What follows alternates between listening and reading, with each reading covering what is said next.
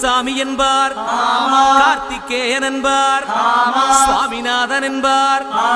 முக அமுதன் என்பார், பாலசுப்பிரமணியன் என்பார், கருணாகரன் என்பார், கதிர்காம கந்தன் என்பார்,